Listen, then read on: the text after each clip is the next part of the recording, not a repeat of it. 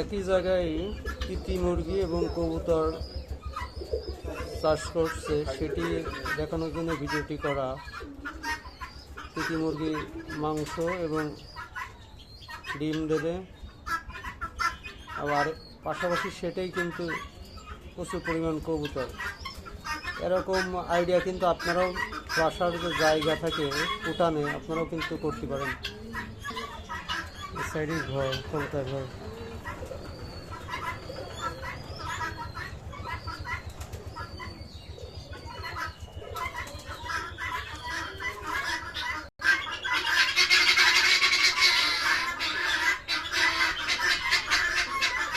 কবুতরের বাচ্চা দেখা যাচ্ছে ভিতরে রয়েছে।